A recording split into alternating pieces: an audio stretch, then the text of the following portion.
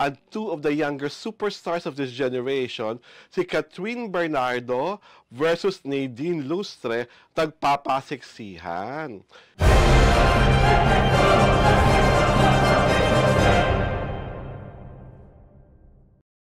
Naloka ako ha, parang nakakabiyanang tong medium chika natin. Bakit naman, my God? Diyos ko!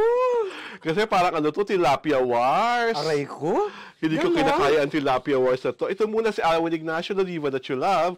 Kasama ko ang aking kumaring Ultra Maldita in her beautiful pink dress. Hi, this is Alex Brosas. Ito po ang Taraya ng Talakian Showbiz Edition, The TT Show. Pag-uusapan na naman natin, syempre kami pa ba? Dapat puro sikat ang pinag-uusapan namin, di ba?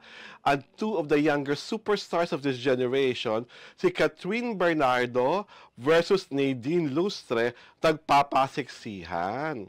Ito kasi si Catherine Bernardo, meron sa isang post, Mare, na naka-two-piece bikini, nakatayo sa ibabaw ng bato. Malayo-layo ang kuha ng nakabing larawan, pero kitang-kita mo talaga ang kurba ng kanyang katawan at talaga kaya nakakaloka ang abs, tone na tone. Oo, talagang ma-abs siya. Parang ma-abs, parang walang chan. Parang lumilevel sa chan mo, Mare. Parang gustong pakita, gusto kang tapatan. Ay!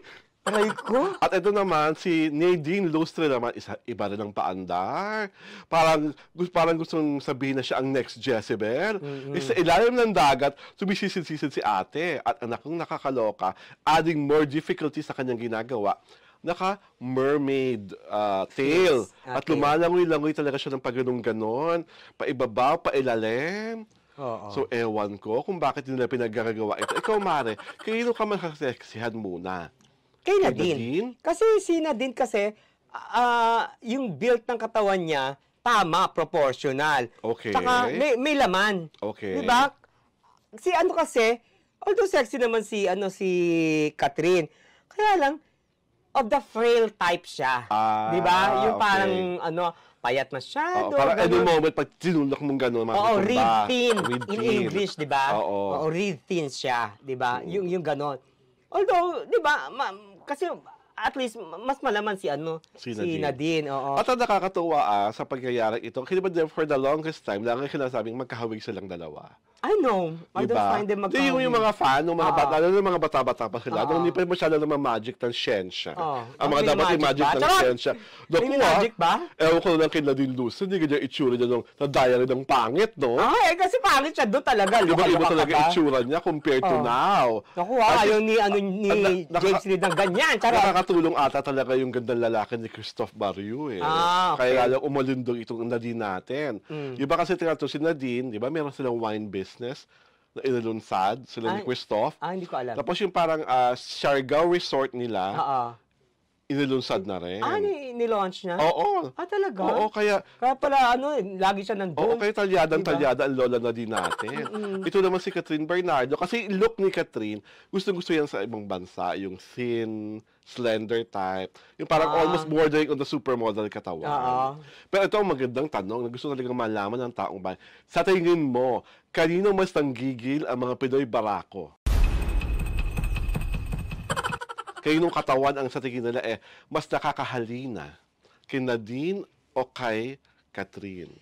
Parang kay Nadine pa rin. Kay Nadine pa rin. Kasi, at least si Nadine, kumbaga, hindi siya perfectong-perfecto.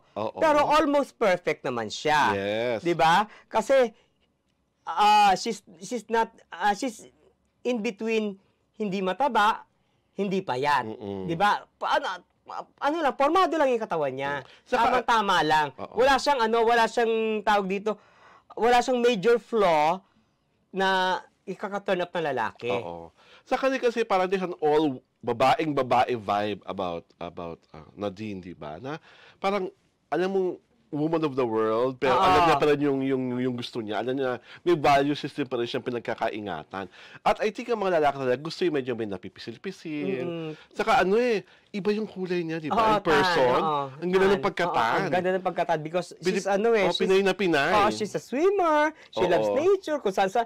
Tsaka ang maganda kay kasi no offense man to Catherine o to Catherine fans. Kasi si Catherine parang medyo may semblance of sophistication pa siya Hindi katulad ni Nadine. Di ba she's been to a lot of places na common folks, di ba? Wala siyang wala siyang divisions. Di ba there was a time nga naging malaki-malaki usapan. Yung bumili ng patis ba yan? Bumibili siya ng lechon sauce. Lechon sauce, di ba? Di ba naka-two-piece? Walang pakialam, wala siyang isu, walang glamour. Walang di ba ganon? Kaya yun ang kanyang plus points. Di ba? Kasi si hindi naman natin nakikita na gano'n sa isang, di ba? Kasi Catherine is always parang put together. Parang style to perfection lagi, di ba? Si Catherine, she's always in her guarded moments. True. Hindi katulad ni Nadine, wala siyang pakialam. She doesn't care. Well, I think itong bikini pictorial ni Nadine, ni Catherine sa ibabaw ng mga bato-batuan is her slowly but surely telling us na she can also be unguarded. Na kaya niyang ipakita na pinaghirapan ko to, I worked hard for this. So, eto na.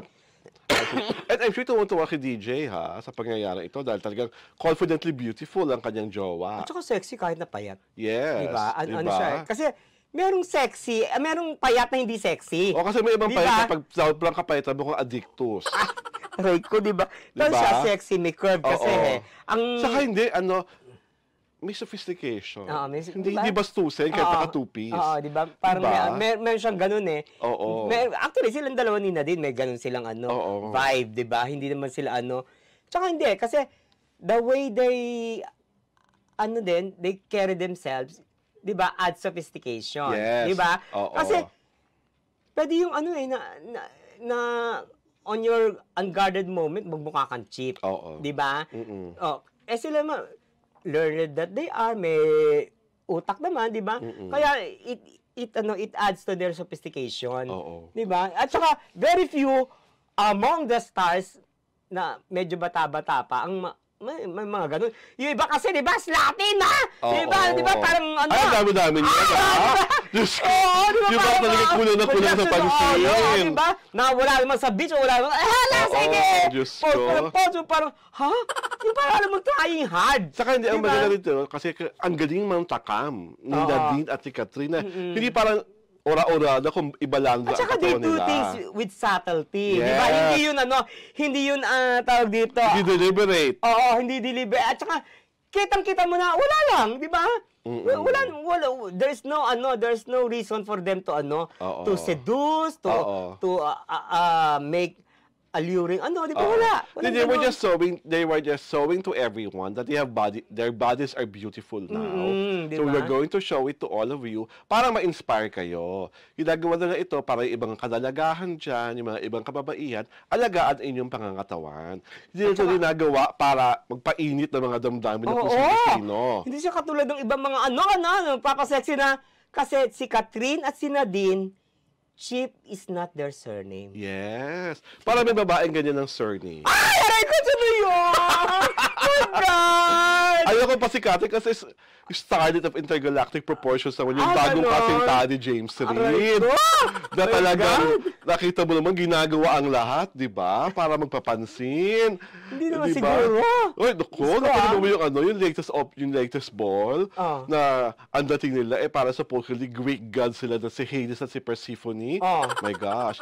Si James lalong nagmukhang bansot. Ay, aray ko! Nasa costume niya. Super bansot, my God! Nasa costume niya, nakita mo yung costume niya, yung kulay itim na parang hindi mo maintindihan. Love ko si James. Tapos, my God! Naman, yung that girl, na ginaya ko niya sa Persephone, my gosh. Failure? Epic failure. Pasalamat nga sila, ni natin ginawang topic ang opulence ball, no? Ang daming kahindik-hindik na kalait-lait doon. Ang kailangan niyo pala mapanood tungkol dyan sa opulence ball na pasensya na sa segue, hanapin niyo po ang costume ni designer Rahul Laurel. Bakit? Naka-Cupid costume siya. Nalaloka kayo kung paano niya nasabing opulent siya at kung paano niya nasabing kamukha siya ni Cupid.